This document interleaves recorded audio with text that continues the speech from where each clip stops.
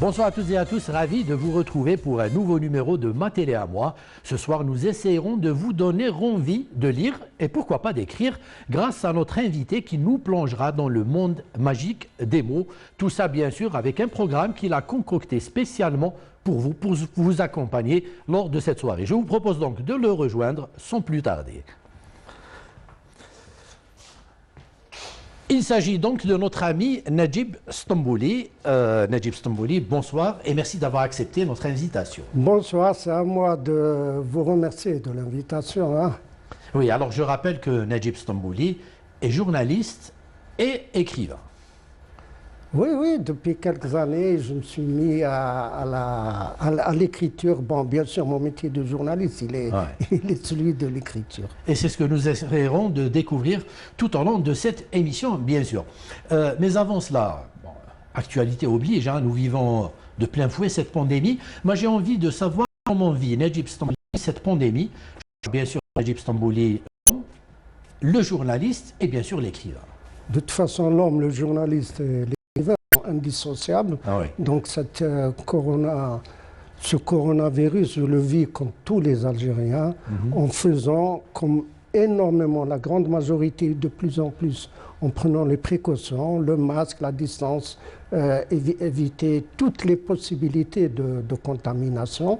Voilà, donc, et bien sûr, hein, on est tous, mais comme on se partage le traumatisme collectif, tout le monde, et pas seulement à l'échelle du pays, mais à l'échelle du monde. De la planète, bien sûr. C'est la première fois où le monde entier est face au même ennemi. Oui. Donc nous sommes plongés dans une situation exceptionnelle qui a un côté magique, mais bien sûr d'une magie qu'on n'aimerait pas revivre. Voilà. Voilà, sur le plan professionnel justement, Sur- puisque vous êtes journaliste, mais spécialisé un peu dans la culturelle, donc il y a moins d'activités culturelles, donc ça fait moins de boulot. Non, en Ce qui- réalité, Oui. comme journaliste, c'est-à-dire mon métier dans la presse, je suis directeur de publication, donc D'accord. je me consacre malheureusement plus seulement à la culturelle. Et effectivement, la pandémie, elle a impacté négativement le monde artistique. Et bien sûr, il faut savoir saluer tous les efforts qu'ils font en étant toujours présents par le virtuel, Ouais. dans le théâtre. On ne peut pas l'être dans le cinéma, mais ça tourne quand même. Il y a des expos virtuels. Ouais. Il faut savoir leur rendre hommage. Très bien, alors on va débuter votre programme, hein, Monsieur Najib Stambouli. Vous avez choisi une chanson sympathique et ça tombe bien, hein, ça va nous changer un peu de ce climat, hein, que nous vivons à cause de cette pandémie. Et il s'agit du groupe Polyphène avec une chanson qui a pour titre Mouhel Amrin Nsak. On écoute.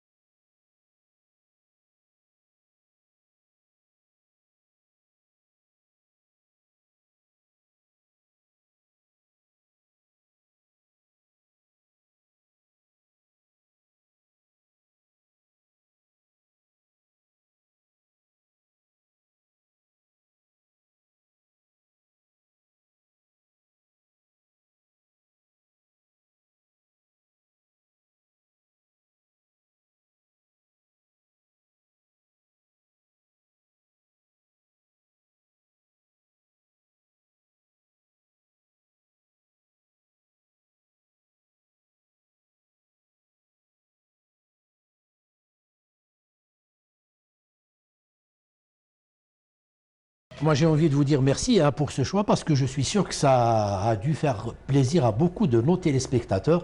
Le groupe Polyphème a beaucoup de fans en Algérie. Ah oui, c'est une chanson, un groupe qui ont eu beaucoup de succès, hein, mais un succès aussi fulgurant Ouais. que rapide, Qu'éphémère, hein. qu'éphémère, oui. Ouais. Donc, mais quand même, c'est un groupe qui a introduit un son, Tout à fait. ils ont un son Ouais. musical.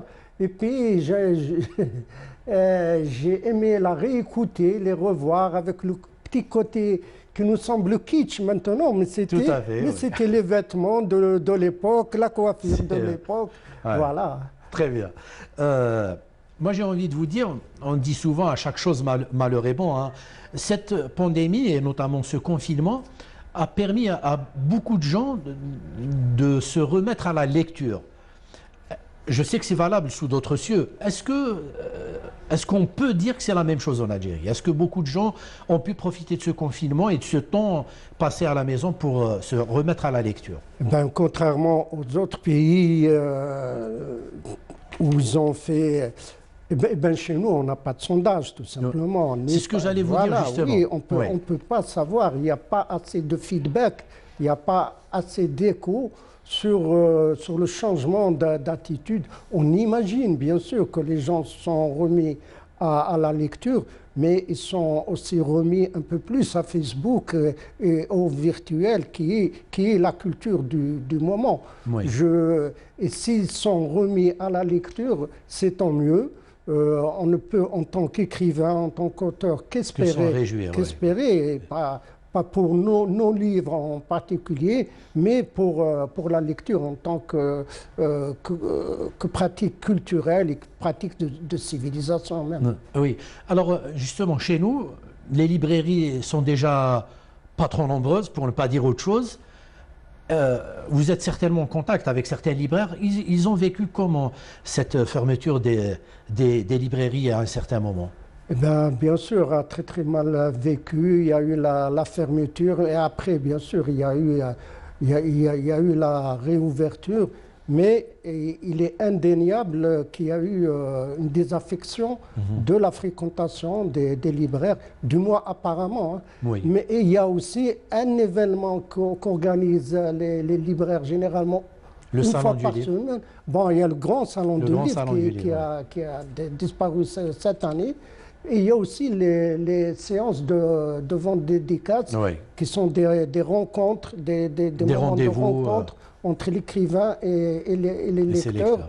Il y a aussi un peu partout des conférences et ça donne vie à l'atmosphère de lecture. Ouais. Et bien sûr, hein, les libraires, ils en pâtissent, mais je peux promettre et m'engager qu'ils vont reprendre du poil de la bête dès la réouverture définitive. Et la réouverture, c'est une réouverture générale. Ouais. Ce n'est pas seulement les libraires, c'est la fin de l'ambiance du corona. Très bien. Alors, moi j'ai envie que nos téléspectateurs, ceux qui ne connaissent pas encore Najib Stambouli, vous découvrent un peu ce soir, à commencer par votre enfance. Alors, quel genre d'enfance a eu Najib Stambouli? Je vais essayer de brancher le rétroviseur. C'est avec j'allais dire classique pour les personnes de ma génération. Oui. Il y avait la guerre, c'était un peu, il y avait la guerre, il y avait les soldats français, une ambiance que j'ai restituée la première fois, mais dans mon prochain roman, celui qui va sortir incessamment. C'était à Blida, j'ai fréquenté l'école Beauprêtre et par la suite, assez tout petit, vers 9 ans comme ça, nous avons déménagé vers Alger pour nous installer à Bouzarea et depuis, voilà. Ouais. Et j'ai envie de savoir à quoi rêvaient les enfants de votre âge à cette époque-là? Ils rêvaient de jouer qu'ils n'avaient pas. Il y avait... Certains n'avaient même pas la télé. Oui. Ils rêvaient, on ne peut pas dire, ce serait faux, ce serait même mensonger de dire qu'ils rêvaient à l'indépendance. Ouais. Mais Justement, vous parliez très innocemment hein, des jouets.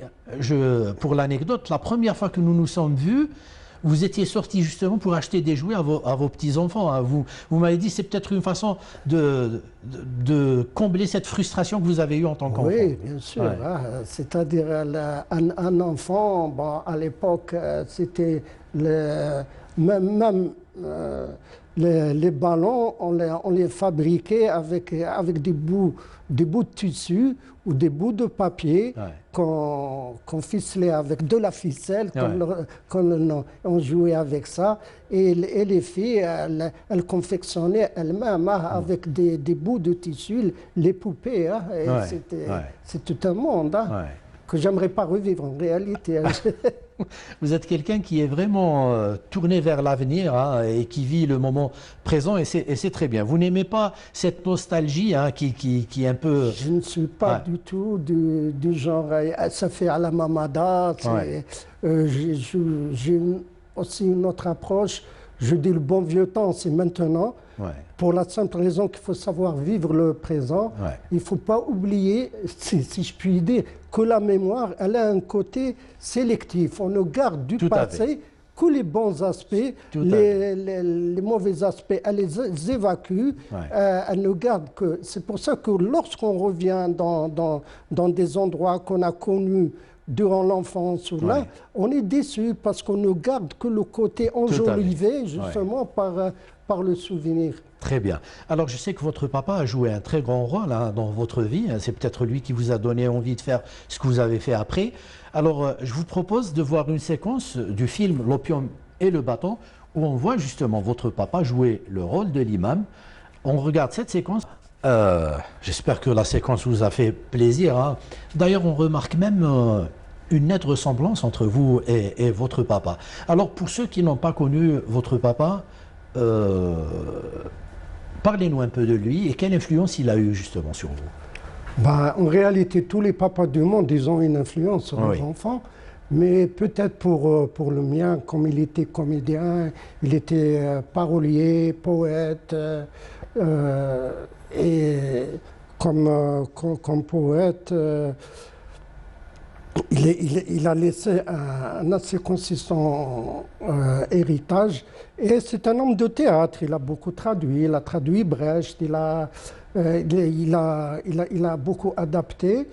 Et je le revois encore en train d'écrire tout le temps. Je l'ai rarement vu à la maison sans un cahier en train d'écrire. Donc ça ne pouvait qu'impacter positivement ma pulsion vers l'écriture. Je voulais juste dire que dans cette scène, il y a mon père comme imam et ça, il joue tellement son rôle d'imam que mon oncle, Mohamed Safa, à Blida, qui était le grand mufti, il marchait de Blida, il marchait sur le boulevard. Il y avait des enfants, des jeunes qui faisaient un pari. Et l'un d'eux a été le voir. Il lui a dit, est-ce que c'est vous le comédien? Il leur a dit, non, il y a le mahboub, il y a le mahboub. Voilà. Et puis aussi, il y a dans cette séquence seulement dirigée par Ahmed Rachdi, qui on ne rendra jamais assez hommage pour qu'il continue à nous produire des choses aussi belles. On voit Bajjarrah, on voit Djedjelou Bajjarrah, on voit Bashtarzi, on voit Qassir Sultani. On a rarement vu une telle concentration de talent dans une seule séquence. Voilà. Oui, et puis votre papa, j'imagine qu'il avait des amis comédiens, des amis artistes qui venaient forcément chez vous. Et donc peut-être que ça aussi, ça a joué... Oui, bien sûr. Bon, il y a Hassan Hassani qui était en permanence à la maison, d'autant plus qu'il habitait à côté, à Bouzaïa. Il était tout le temps, il y a Cheikh Abdelkader, etc. Et puis, il y a tous les autres, sans exception. L'Anqa, je ne sais pas, je ne vais pas tous les citer. Et bien sûr, ça donne un enfant, par la suite un adolescent, qui baigne dans un... Ça peut être que fascinant. Hein. Voilà, oui, bien sûr. Et puis, ce qui est certain, c'est que c'est enrichissant. Voilà. Tout à fait. Alors, vous m'avez parlé de Cheikh et j'ai su, hein, lors de notre première entrevue, vous et moi, que votre papa était celui qui avait écrit une célèbre chanson d'Abdelkader Chaou, Yal Adara Fil Malik. Alors on va se faire plaisir et vous faire plaisir en écoutant un petit extrait de cette chanson. On écoute. وعد مصبري وضحيت كي يطير الحاس يا ليل يا ليل يا ليل يا ليل من حبك يا الريم وضحكت الجان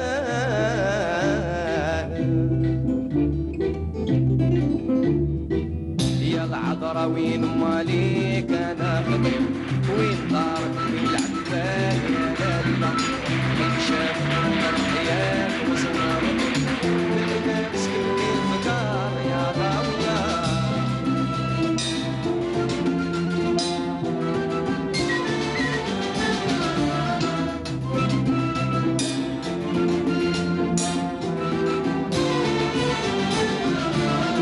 يا العذرا ضربتك بالروح قلبي خفيف فيك سر العذراويات يا عاشقة ريت فيك الحسن والحسان خد الشقيق ريت فيك مكارم الخلاق يا غالية يا العذرا وين مالك انا خطيب وين دارك وين العنوان يا لالا قلب شاف ونظر حياك وصن رضيب بالإداد سلبتي الفكار يا ضاوية.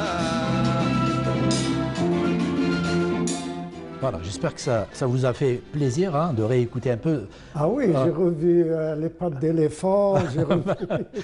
Ben oui. Voilà, ouais. Et puis, c'est dommage hein, que beaucoup de gens ne sachent pas qui sont ceux qui ont écrit beaucoup de chansons qui sont célèbres.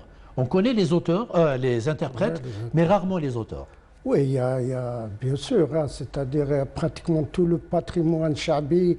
Et les auteurs, on connaît Lanka ou Gawabi, on ne sait pas que oui. derrière Gawabi, il y a Mahboub Bati, derrière de l'Andalou, le Hawzi, il y a Simsfa Ben Barahim, ou Sidi Lakhdar Ben Khlouf, il y a des tas d'auteurs, bien sûr, oui. ou de musiciens, bien sûr, et qu'on ne connaît pas, mais c'est une règle générale. On ne voit que c'est le devant de la scène. Voir le devant de la scène avec Chaou, avec sa coupe, c'est sympa. Très bien. Alors, on le salue hein, s'il nous regarde. On va revenir à Najib Stambouli. Je sais que vous avez été plutôt un élève brillant. Oui, oui, je l'ai été, bien sûr. Oui. Je parle tout petit, hein, enfant déjà, vous étiez très brillant. Oui, c'est-à-dire c'était brillant. J'allais dire, je n'ai aucun mérite. Hein. Je n'avais que ça à faire. Il n'y avait ni jouets, ni télé, encore moins de tablettes, les téléphones, de tablettes. Donc je me concentrais sur les livres, voilà, c'était... On ne peut pas dire brillant, c'est-à-dire un très bon petit élève. Et une fois, une amie à qui je montrais mon livret scolaire où il était justement écrit « Très bon petit élève », bah, elle a eu la perfide réaction de me dire « Ah, tu étais déjà petit !» Voilà. Les jeux de mots et les mots, ça vous connaît, Monsieur Najib Stambouli.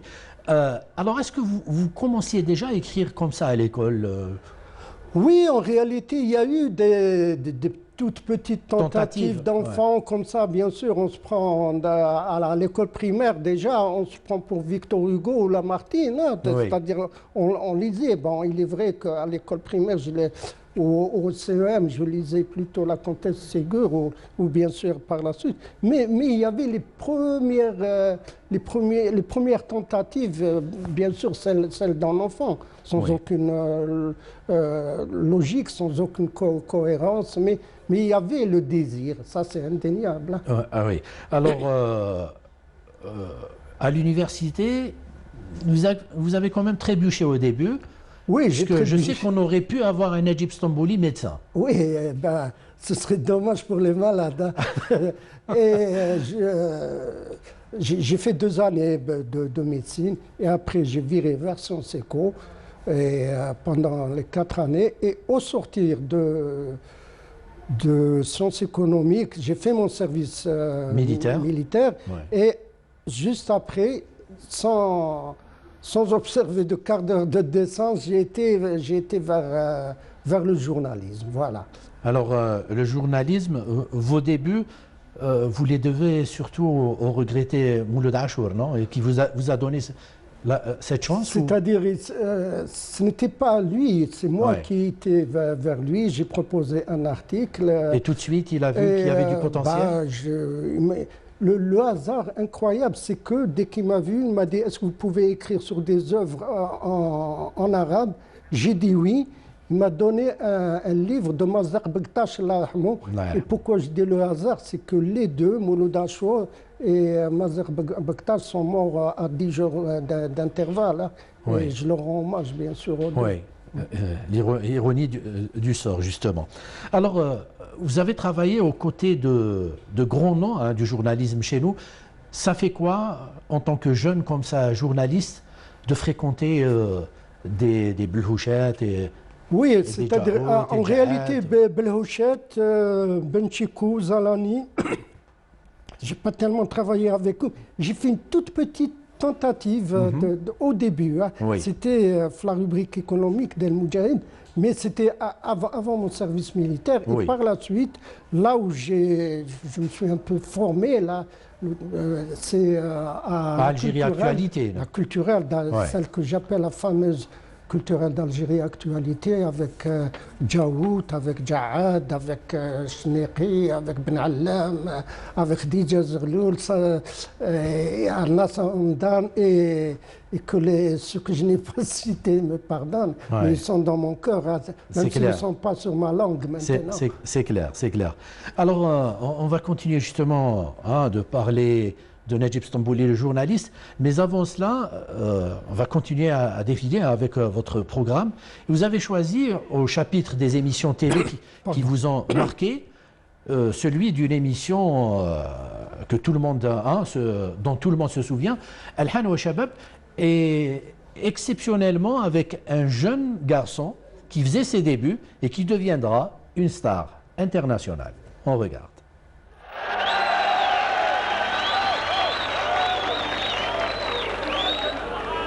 بيد المرسم هذا هو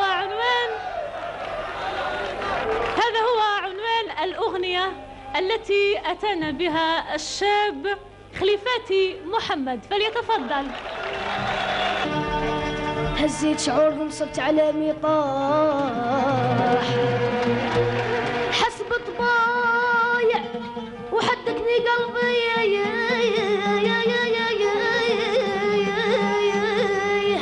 في بيت عني ما لزمو الصباح نطش كيت عيب سر مخبي نجي غريب كيفاش يقول نجي غريب كيفاش يقول يا ذا المرسم عيني مكان يا وين النار واللي قبل النار ويا ذا المرسم زياد اللي تشبان فيك انا والريم النادية يا ناديتك بحدي باللسان بنت وشبك مناط واجه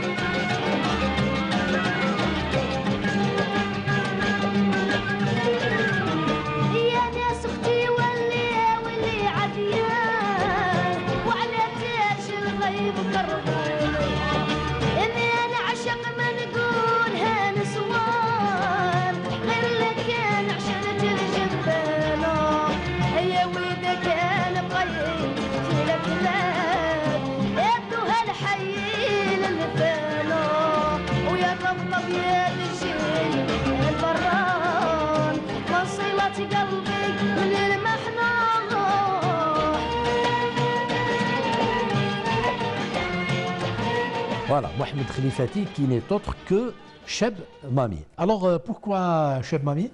Ben, premièrement, ça me permet d'un côté de revoir Le Hanou Shabab, qui était une émission fabuleuse. Qui a révélé pas mal. Bien sûr, Mathilde Bachir à l'époque, il est vrai qu'on ne l'aimait pas beaucoup, mais seulement avec le recul, on voit qu'il a mis le pied à l'étrier à des tas de jeunes chanteurs, hein, presque tous. Chanteurs et chanteuses. Chanteurs et chanteuses, bien sûr. Hein, Narjas, Nadia Ben Youssef, Boukhentash et tant d'autres. Hein, et bien sûr, Mami, qu'ils appelaient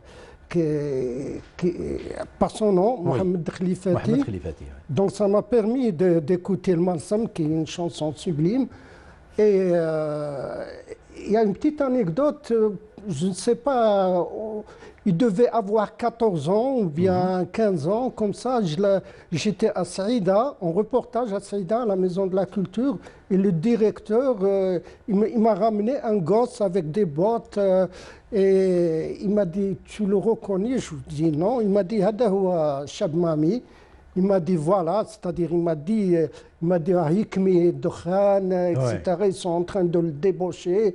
Il va à Chikhat, il va dans et il commençait à immerger. Il m'a dit, bon, il lui dit, celui-là, c'est un grand journaliste, il est venu d'Alger. Il m'a dit, bon, Aya, il faut le frapper. Bien sûr, je ne l'ai pas frappé, mais je lui ai tiré l'oreille. Bon, s'il regarde l'émission, qu'il me pardonne, c'est moi qui lui avais tiré l'oreille à Saïda. Et justement, par la suite, bien sûr, Mami, c'est un exemple fabuleux d'ascension fulgurante.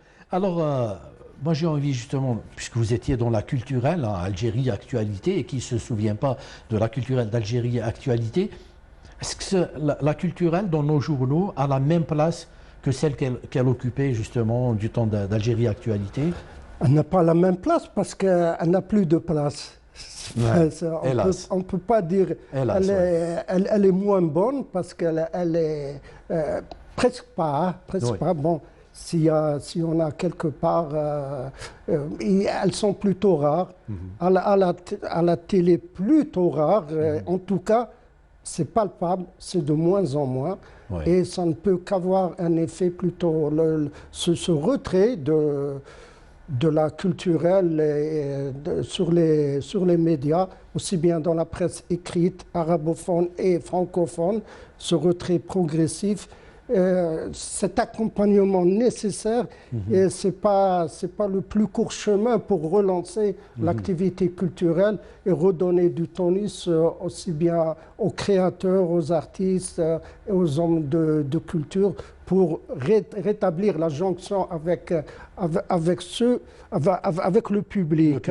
Voilà. Alors, pour ceux qui nous regardent et qui un jour seraient tentés par une expérience dans le domaine du journalisme, dans la culturelle spécifiquement, qu'est-ce qu'il faut pour faire un bon journaliste dans la culturelle? La meilleure recette, il n'y en a pas. Voilà, c'est-à-dire il faut savoir écouter son cœur. Et bien sûr, avoir les rudiments, on ne peut pas faire, c'est un métier. Hein. Bon, et chacun sa propre approche, on parle de la critique. Hein. Sa propre approche, moi je dis, le critique, ce n'est ni un avocat, ni un procureur, mais il est là pour donner au lecteur les instruments d'appréciation, c'est-à-dire en disant la pièce, voilà la trame un peu, le jeu de lumière, la direction de comédien, la présence scénique de tel comédien, etc., la mise en scène, la décoration, le jeu de lumière, etc., l'accompagnement musical, c'est-à-dire en donnant ces éléments, il faut bien sûr parfaitement les connaître. Il faut bien sûr connaître aussi bien le metteur en scène ou le réalisateur que la pièce de théâtre. Donc, sans cela, sans avoir ces instruments, on va justement faire ou le procureur ou l'avocat. Et ce n'est pas notre mission. Voilà, absolument. Moi, j'ai envie de revenir à un aspect. Vous m'aviez dit tout à l'heure par rapport à la nostalgie. Vous me dites, vous avez aussi horreur qu'on compare les journalistes d'aujourd'hui aux journalistes d'antan? Parce que c'est deux exercices un peu différents. Ce sont deux exercices différents, ce sont deux univers totalement différents. C'est-à-dire, par exemple, moi, si je vais avec un parterre de jeunes journalistes, je veux leur dire, nous, à l'époque, on était mieux que vous, etc. C'est un non-sens, parce que ce n'est pas la même atmosphère médiatique mondiale et nationale. Et aussi, c'est-à-dire à l'époque, on disait d'ailleurs tel journaliste arabophone ou francophone, c'est une plume, parce qu'on se distinguait par notre écriture, parce que la source, c'était le parti unique, c'était la même source d'information. Maintenant, les journalistes, par contre, ils ramènent l'information. Et bien sûr, et même le lecteur, il a changé. C'est-à-dire, l'information, il l'a par la parabole, il l'a par... comme ils sont tous branchés, ils sont sur le virtuel, l'information, elle lui arrive. Donc, on ne peut réellement pas comparer. On était des plumes. Et peut-être que maintenant, le lecteur, il ne cherche pas ta tournure de phrase, il cherche l'information que tu lui apportes. Et sur ce registre, c'est indéniable, la jeune génération nous place au niveau des dinosaures. Ce n'est pas qu'une figure de style là-dedans. Alors, on regarde cette séquence de l'Aïta avec Azdine Mdjoubi, Sonia et Ben Ghetaf. المفقود هذا مكان احنا مازال ما درناش هو جبت قرعه ويسكي من تحته احتفالا بنجاحه فرغ الكاس الاول للفم ضربوا على نفس تقرع استغفر قال الحمد لله وشاف فيا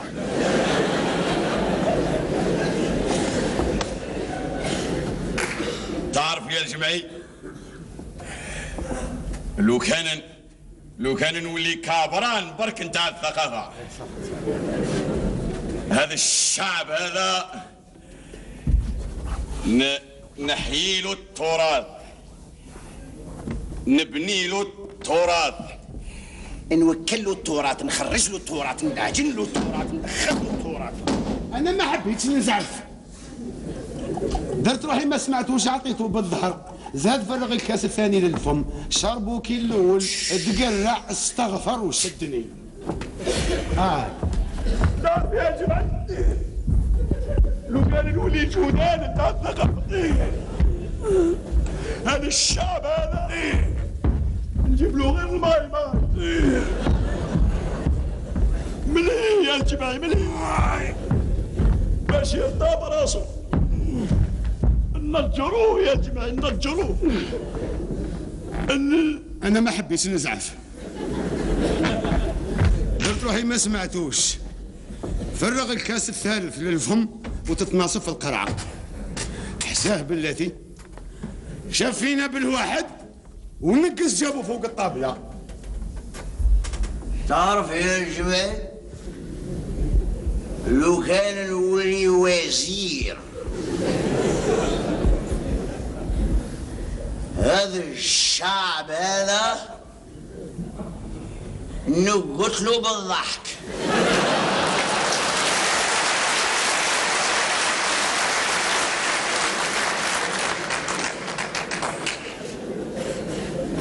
نحيلو التشناف على خاطر ما عندوش الراي الجمعي مرضناه يا خاوتنا مرضناه هذه ثورة ثقافية زراعية حملة تطوعية غمينا بهذا الفولكلور هذا il faut tout changer radicalement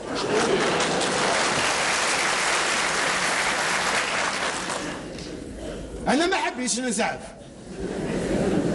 قلت في قلبي برك يا ربي وما يكملش القرها على خاطر ذوك يشوف روحه امبراطور مملكة الثقافة بصح جوستومون يا الجماعة جوستومون لو كان نولي الفوق نديرك انت ذراعي اليمن كي نقول لك في زوج نديروا فرناسة في الثقافة نديروها يا جماعة اي وننقز على نص القرعة اللي بقات ونعطيها على نفسي يا الجمعية كنت تصلي بطلتها وانا تنظر رجلي البروبلام Voilà, alors justement, vous vouliez rendre hommage à ces trois grands comédiens hein, du théâtre national, à commencer par Medjoubi, qui était un véritable ami hein, pour vous. Oui, en réalité, les trois, c'était des amis. Sonia ou Mohamed Benguetaf, Sonia, Joubil, un peu plus proches parce qu'on avait des sorties ensemble là, avec Azdine Medjoubi. Et c'est-à-dire, je suis très très ému à chaque fois hein, en les revoyant, mais pour dire que c'était des monstres sacrés, c'est des monstres des bêtes de scène véritables. Hein. Il ne faut pas oublier, pour arriver à cette décontraction, à ce naturel, ce sont des heures et des semaines et des jours de travail qu'on ne voit pas. C'est de la sueur avant comme on dit souvent, hein, il y a 10% d'inspiration et 90% de transpiration, oui. C'est-à-dire les moments de labeur dans les répétitions, mais en tout cas le talent, il transpire par toutes les pores en revoyant. Ouais. Je voulais les revoir comme ça. Ouais. Alors, justement, vous parliez de cette préparation, et je sais que c'est peut-être dommage parce que les journalistes d'aujourd'hui ne s'investissent pas autant que vous le faisiez, vous, parce que c'est peut-être un manque de spécialisation hein, dans le domaine du journalisme, mais vous, je sais que vous viviez ces pièces théâtrales avant même leur sortie, ces films, vous partiez comme ça avec des gens pendant le tournage et vous viviez les coulisses et tout. C'est peut-être ça qui manque aux journalistes d'aujourd'hui. Oui, et puis si ça existe toujours, oui. Peut-être pas aussi bien, mais ça ne manque pas. C'est-à-dire oui. Le journalisme, il continue à se faire. Oui. Bon, je suis peut-être un peu complaisant, oui. Mais il est vrai qu'on faisait. C'est ce que j'appelle un journaliste qui fait ses devoirs.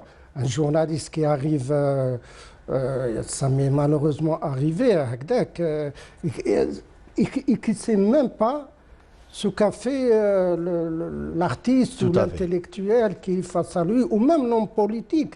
C'est-à-dire, normalement, un journaliste, l'entretien, il connaît toutes les réponses avant moi. Il prépare. Mais en réalité, j'aime pas du tout être donneur de leçons. Hein. Chacun, il construit sa propre méthode. Et encore une fois, je reviens au fait que ce sont deux mondes différents, aussi bien dans la production mais de l'article ou de reportage télévisuel ou radio. Aussi bien dans la production que dans la consommation. Le lecteur aussi, son exigence, je ne peux pas dire qu'il n'est pas exigeant, mais son exigence, elle a changé. Elle a changé, donc on doit s'adapter à ces nouvelles exigences. Alors on va peut-être fermer cette parenthèse hein, dédiée au journalisme pour revenir à celle de l'écrivain que vous êtes, mais pas avant d'avoir vu ces quelques séquences d'un film qui, bien sûr, nous a tous marqués, Les Hors-la-Loi, et dans lequel on retrouve votre ami, Sidi Ahmed Dagoumi. On regarde. Voilà. J'ai vraiment envie de vous dire à quel point je suis un peu jaloux de vous, hein, parce que quand on voit tous ces grands noms du cinéma et du théâtre que vous avez connus et côtoyés, moi, franchement, ça me rend un peu jaloux. Sidi Ahmed Dagoumi, pour vous? Sidi Ahmed Dagoumi, c'est d'abord un homme merveilleux, un immense artiste. Il est admirable pardon, à tout point de vue. C'est aussi un intellectuel. Oui. Ses amis, ce sont bien sûr tous les amis du théâtre, du cinéma. C'est aussi Alloula, c'est Katib Yassine, oui. C'est un parfait bilingue. Quand on discute avec lui, bon, il est en même temps très chabi, très oui. populaire, et en même temps c'est un niveau, il sait s'adapter ça au niveau humain, et sur le plan artistique, sur le plan purement du jeu du comédien, c'est véritablement le top niveau. Ouais. Il a aussi été metteur en scène, c'est aussi un excellent gestionnaire, il a été directeur du TNA, de la Maison de la Culture Tizi Ouzou de Bidjaya, et c'est un acteur immense. Hein. Tout à fait. Bon, avec un petit retard hein, de 2 mois, je crois, je lui souhaite excellent anniversaire, le 80e du nom.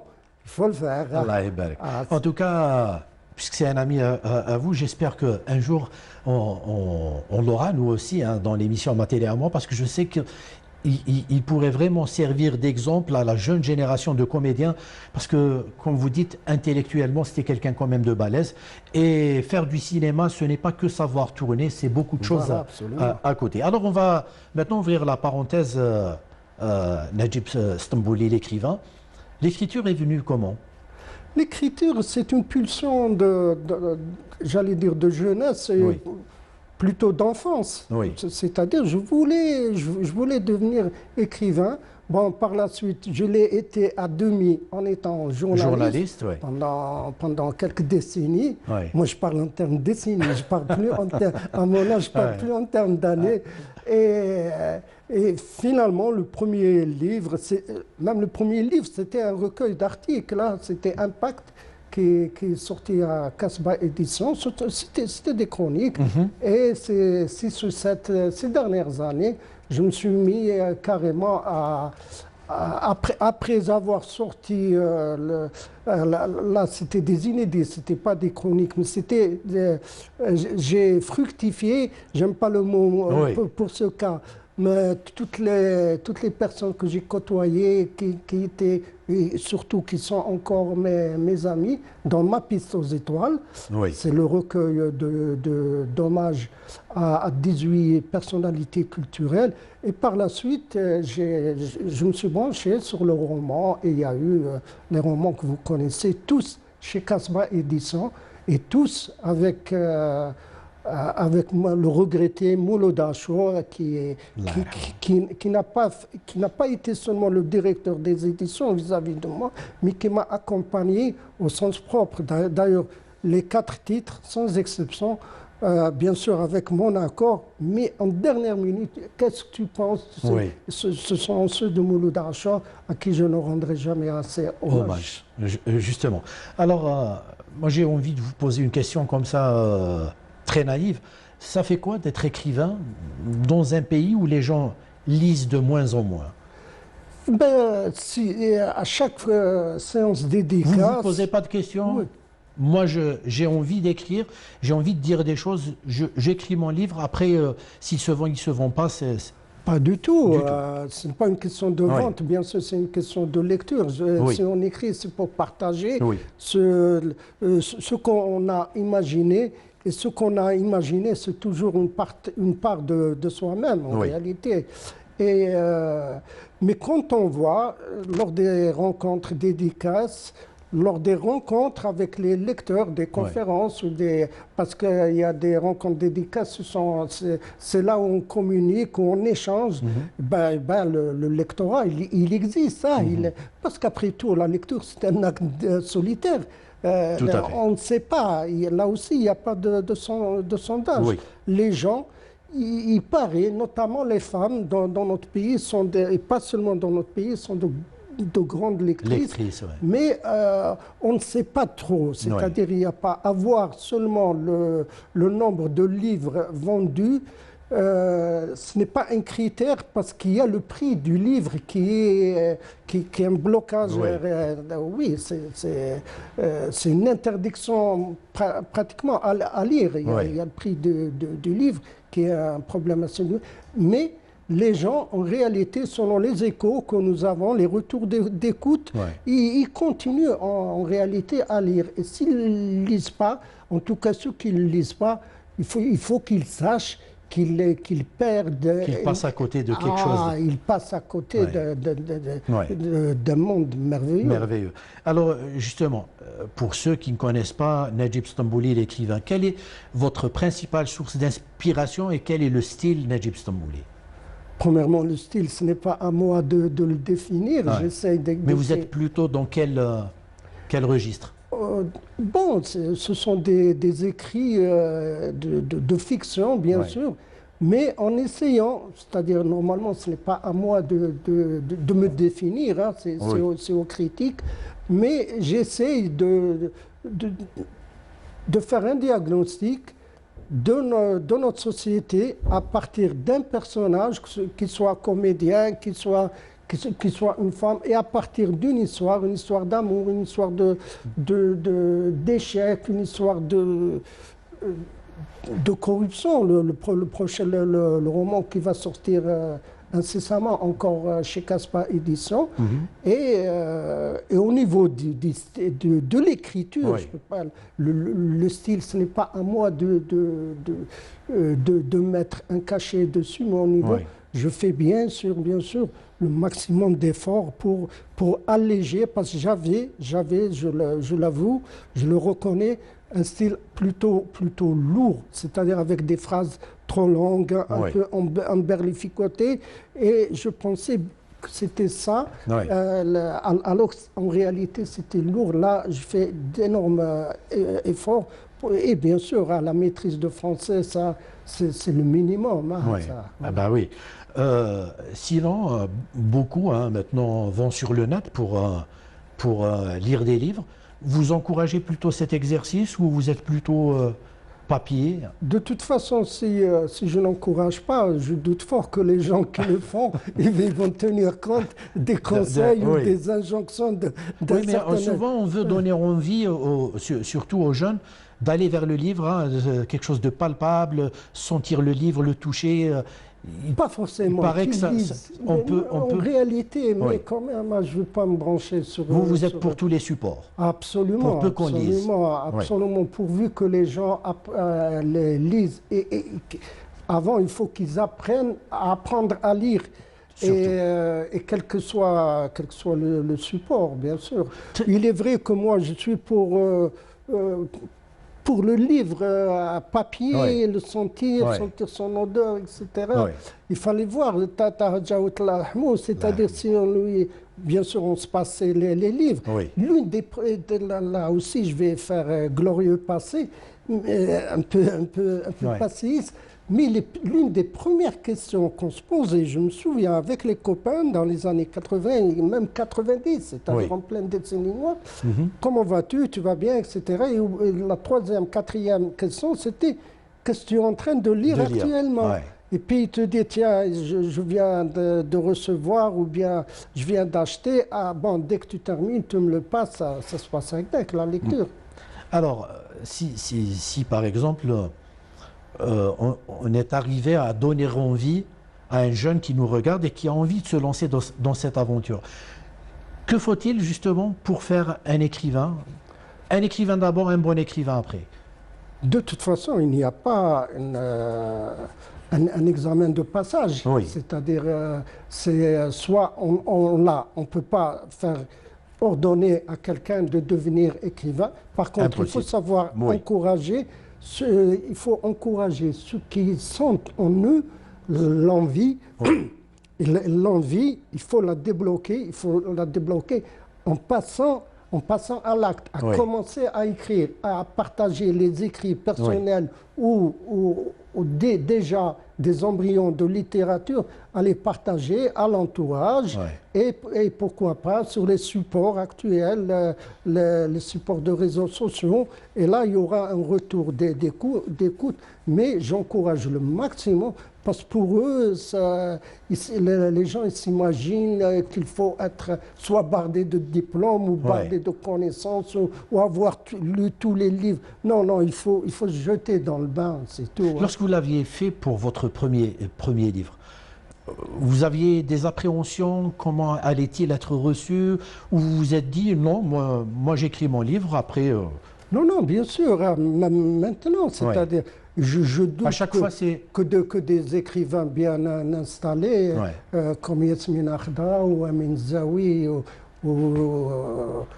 Wassini La'Araj, pour ne citer que ceux-là, je doute que maintenant, ils n'ont pas le même Trac, oui, ouais. bien sûr, Ouais. à la sortie de leur livre. Pourtant, c'est des écrivains bien installés, Tout à mais fait.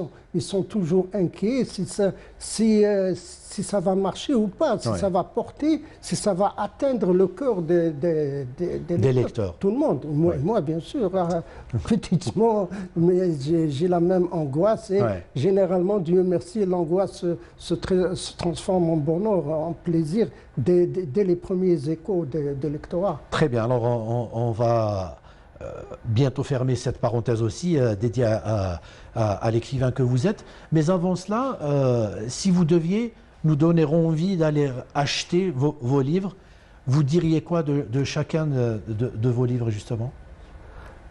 Bon, Parce qu'il faut aussi savoir faire vendre un livre, hein, et ça, je sais que c'est un exercice difficile pour l'écrivain. Bon, j'ai une petite... c'est comme un père ou une mère de famille, tous les enfants sont... C'est clair. la même. Moi, oui. Mais il y a toujours un petit... quelque chose. Petit quelque chose. Je l'ai et tout le monde me comprendra pour ma piste aux étoiles.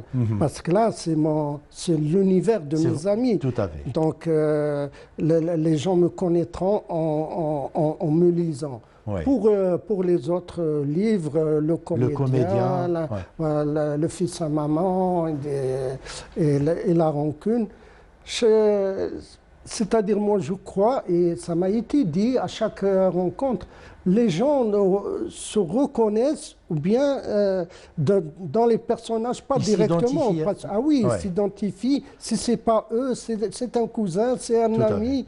Mais de toute façon, ils vont retrouver, normalement, je l'espère en tout cas, un reflet de la société algérienne, vu, jamais corrigé, mais vu et revu par quelqu'un qui essaie de rendre de l'intérieur Ouais. le diagnostic de la société algérienne. Vous avez le titre du prochain livre ou pas encore? Oui, il s'appelle, encore une fois, c'est un titre proposé par Mouloud Lahma, c'est le mauvais génie, et c'est sur la corruption ordinaire. Comment un bonhomme comme toi et moi, Al-Betcha, Ouais. il devient corrompu. Ouais. Un bonhomme, oui, c'est-à-dire ça n'arrive pas qu'aux autres. Ouais, Voilà. comme quoi. Ouais. Alors, on va Toujours passer... chez Casbah Édition, bien sûr. Oui, vous êtes fidèle à Casbah Édition. Oui, je suis fidèle. Très bien. Alors, on va passer à nos nouvelles rubriques, à commencer par le coup de cœur, coup de gueule, jingle.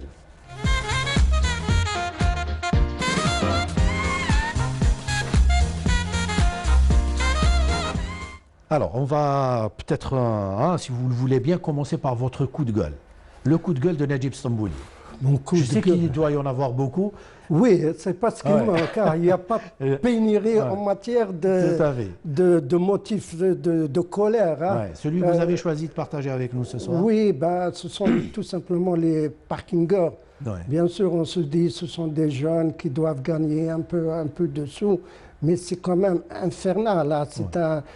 Normalement, l'État, je ne sais pas par quel biais, ils ont commencé quelque part, devraient penser à ça, mais c'est infernal que les gens, pour stationner, ils aient à payer. C'est du racket.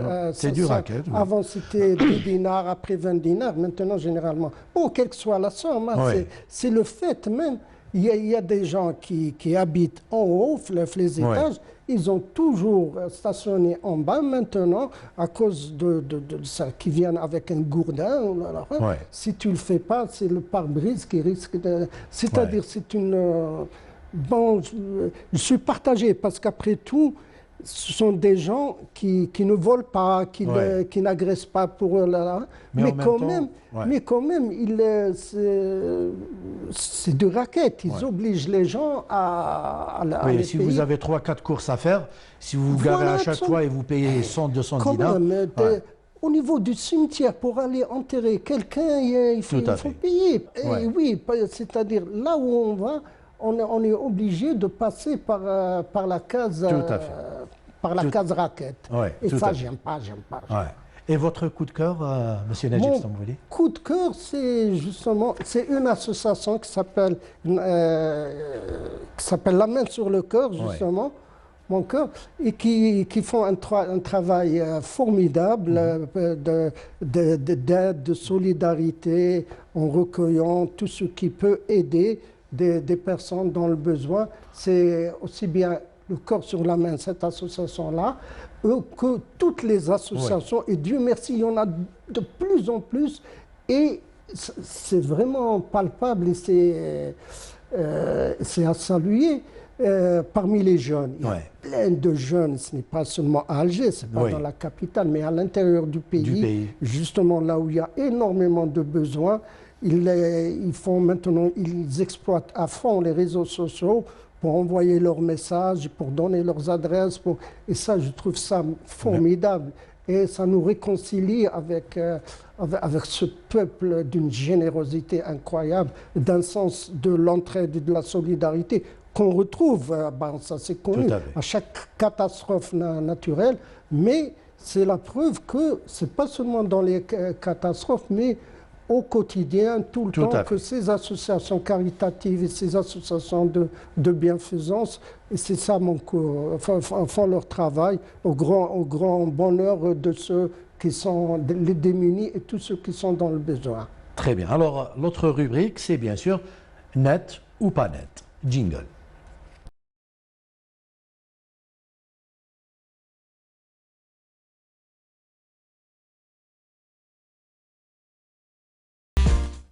Voilà. Alors, Monsieur Najib Stambouli, combien de temps passe-t-il sur le net et à faire quoi surtout?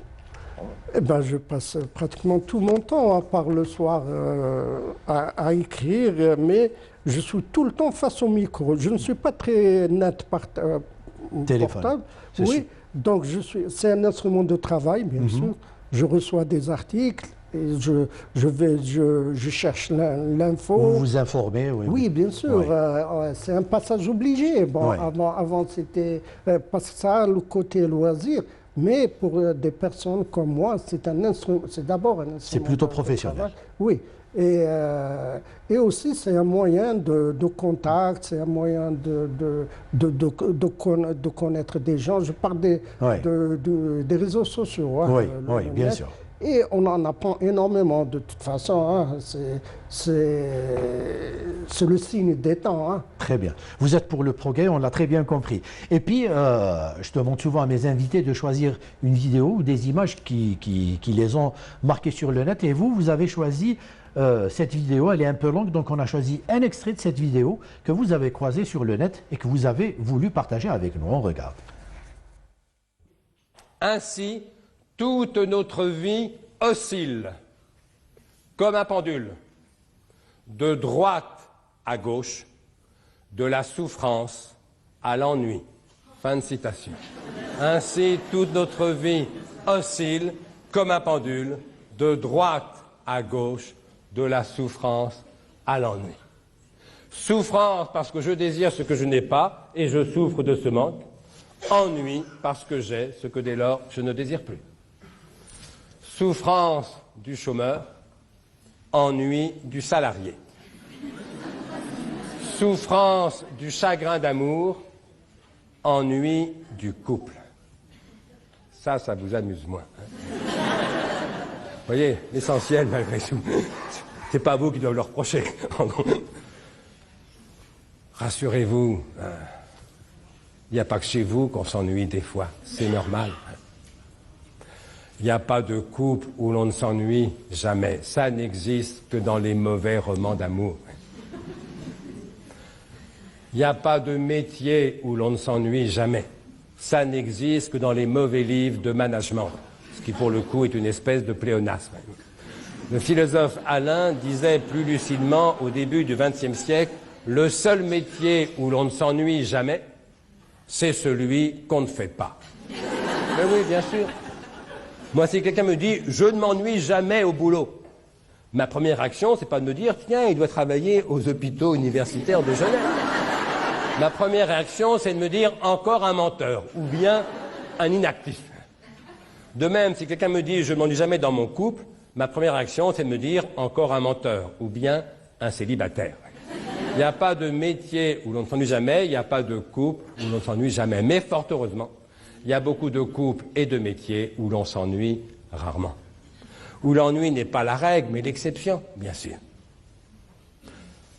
Un couple heureux, c'est pas un couple où l'on ne s'ennuie jamais, arrêtez de rêver. Un couple heureux, c'est un couple où l'on s'ennuie beaucoup moins à deux que tout seul. C'est déjà pas mal. Et un couple vraiment très heureux, c'est un couple où l'on s'ennuie beaucoup moins à deux qu'avec tous les autres. Et là, croyez-moi, ça devient franchement délicieux. Un boulot heureux, c'est pas un métier où l'on s'ennuie jamais. Arrêtez de rêver. C'est parfois un métier où l'on s'ennuie moins que pendant les vacances. Ça peut arriver. C'est peut-être un métier où vous ennuyez moins que vous... Voilà. Alors, les gens peuvent retrouver cette vidéo sur le net. Vous pouvez aller sur la page de notre ami Najib Stambouli. Vous allez certainement la retrouver dans sa totalité.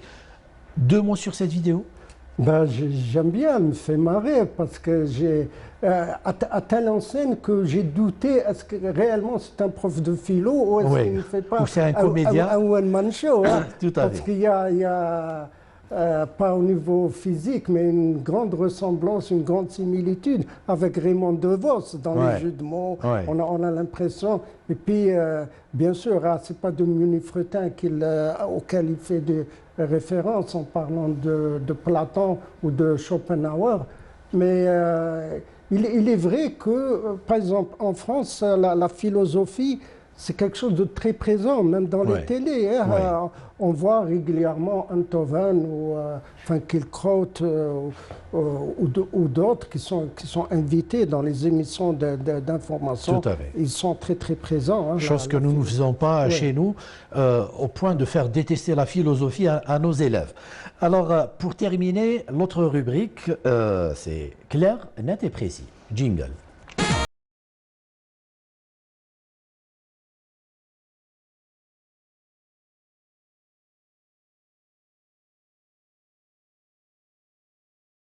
Voilà, alors ce sont des questions courtes et j'attends de vous des réponses très courtes. Et je sais que c'est un exercice pas facile, monsieur Najib Stambouli, mais je sais que vous allez vous en sortir avec brio. Votre première qualité? Bah, c'est une colle, hein. C'est peut-être de sourire, c'est tout. Très bien, c'est déjà beaucoup, hein. Alors, votre plus grand défaut? J'en ai pas. Du tout.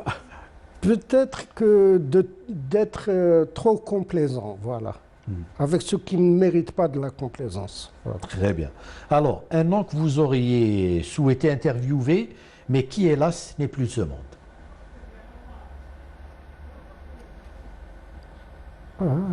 Cheb Hasni.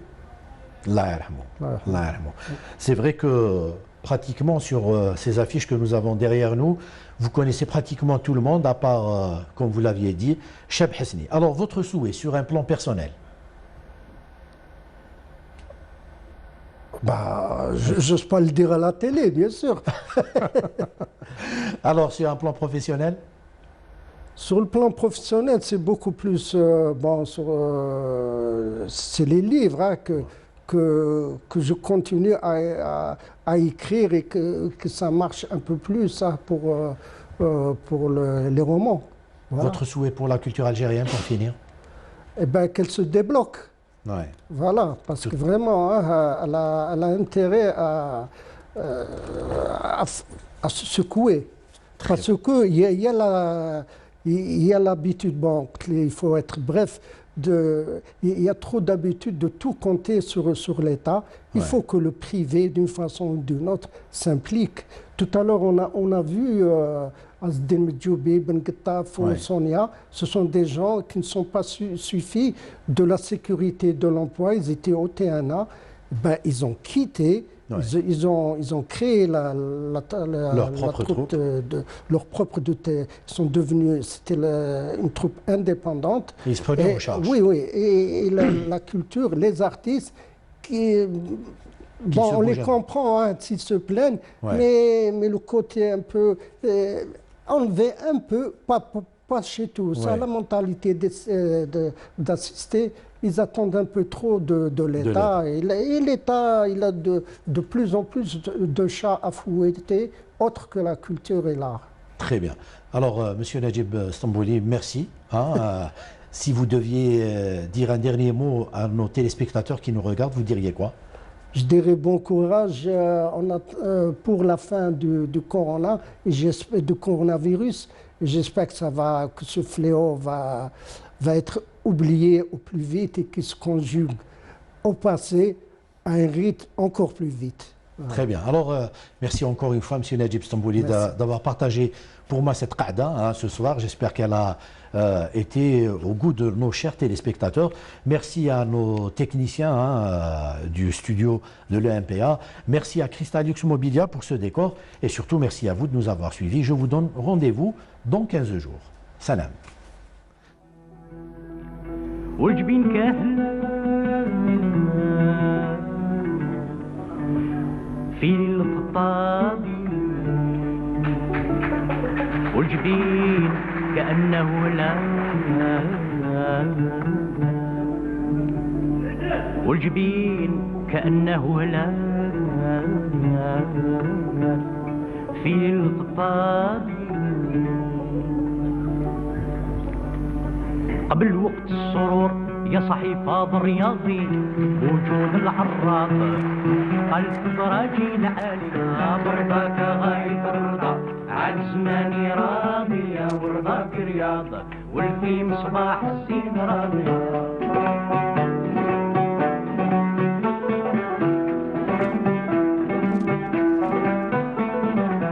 بالباسات الحرير تقت مصباح الحاضي وبهاها بهاض وحضرتي بالزين زاهية برضاك غاية الرضا عاد زماني راضية ورضاك رياض واللي مصباح الزين راضية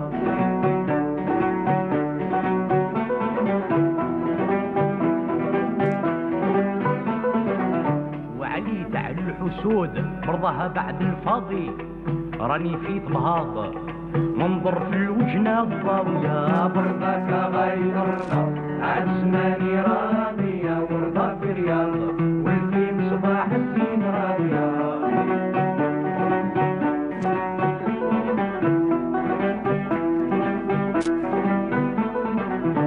زارتني بالقدام ونسيت جميع الماضي عدايا في تمراض قلت مولاتي الباهية برضاك غاية الرضا عاد زماني راضية ورضاك رياض واللي بصباح الزين راضية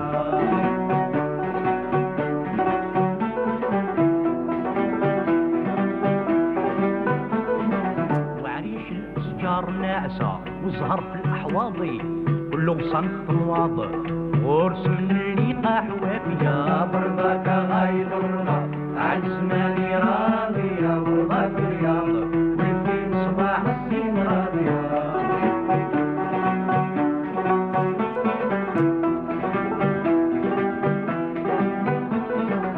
داك تقلت الهفيف رايح منها قاضي في الهوشة مغضاض وخرج بيها للمشالية برضاك غاية الرضا عاد زماني راضية